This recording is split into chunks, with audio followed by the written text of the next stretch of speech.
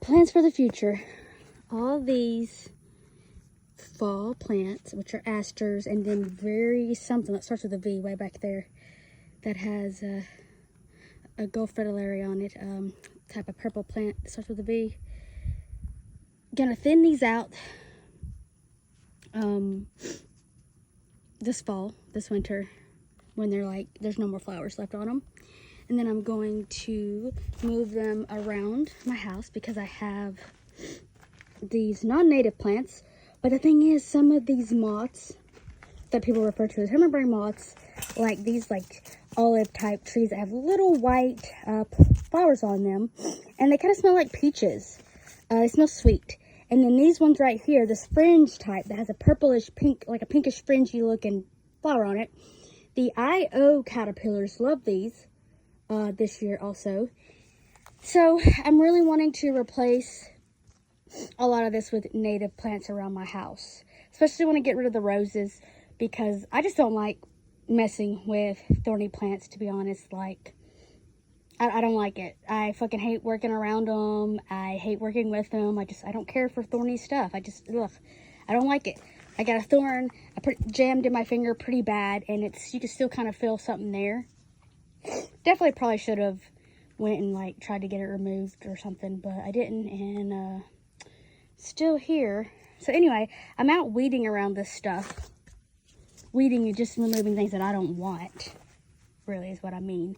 Keeping some things, and decided that I'm gonna go as much native around my house as I possibly can, because I would like to have like moths and butterflies even more closer to me than they already are, like all the way out there in the pollinators love those tall sunflowers. They love those. But I want to bring some around the house. And also my walking sticks, they like to get in these plants. So I decided, I'm going to just keep what people would consider like weeds and pretty much wildflowers around the house.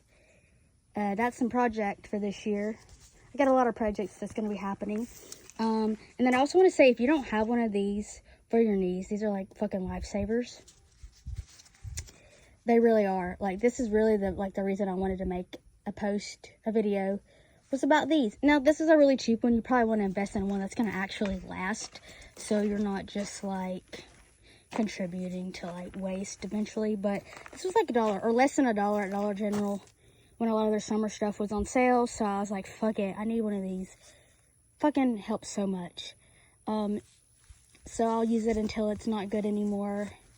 And then probably invest in a better quality one that's going to last longer. Much longer.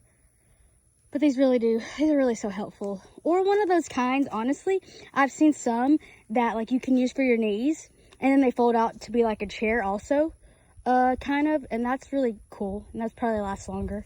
That's pretty cool. This video is really long. But, so what are your plans? Your gardening plans for this winter? Or, spring. Like, all these are fall. These are fall plants. So I've really got to get some summer and some spring plants in here. Same for those. Those are fall plants. So I've got to plant some stuff this fall, or start them by seeds and plant them in the spring so I can get some other plants going. So I have like plants almost all year round, except for like probably December to February would be the only time that, like, that's kind of the goal, is to make my yard look good for the whole year, except like December to February, maybe December to March, really. Other than that, hopefully like March on looks good, because March can still be cold. You still get like frost or whatever it's called. But yeah, it's November in Alabama, and like still getting like a shit ton of butterflies flying around. So you got these fall plants, because it's the season down here further south. It's just the season for things to keep on going. And you can see it's hard to see, but there's all kinds of stuff just like flying around out there. Really hard to tell, maybe, but all kinds of stuff flying around to the tops that I can't get to without getting my 6-foot ladder. I might should do that.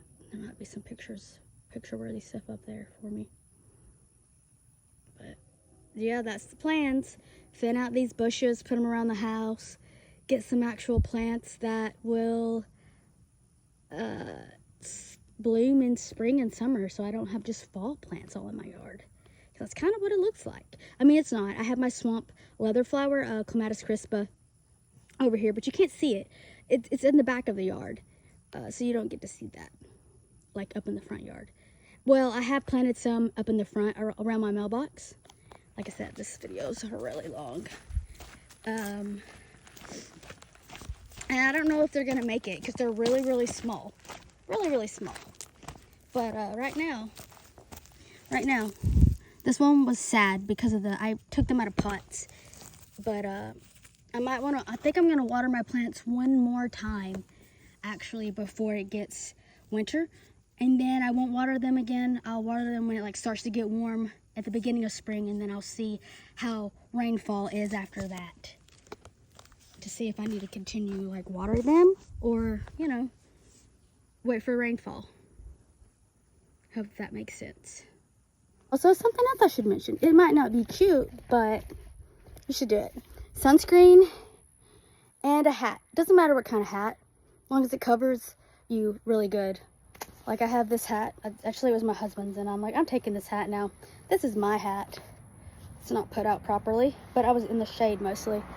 But you can wear a bucket hat. But yeah, so this covers your neck.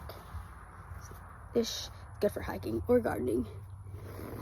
But yep, something to protect you from the sun. I wear sunscreen all the time, but I only really started wearing sunscreen this year, and should have been doing it my whole life, but no one really, sometimes they don't tell you about skincare, like not for real. And so sunscreen and a hat when I can. If I have sunscreen, sometimes I'll leave the hat off, but really the sun, the hats protect, kind of like help protect your neck. You should be putting sunscreen on your neck too, but can help with your ears if you don't put sunscreen on there, because I think that your ears are like the percentage of like ear cancer, maybe, I don't really know the numbers for that, but like a lot of people don't put sunscreen on their ears, and so that kind of gets left out, and then yeah, that's not good. But anyway, I also meant to say that besides one of these, you should definitely be wearing a hat and be wearing sunscreen, because I'm a nerd, and yeah, you gotta, somebody's gotta tell you. Maybe they didn't before, but you should be. So happy if you made it to the video this long. Whatever the right words are there. I'm terrible with words. Sometimes if I just want to look kind of cutesy, you can get a cutesy hat to protect you from the sun. Like, you know, you see people with semi-fashionable hats, and maybe people don't think hats are fashionable, but like your skin's important. Your skin's important to protect.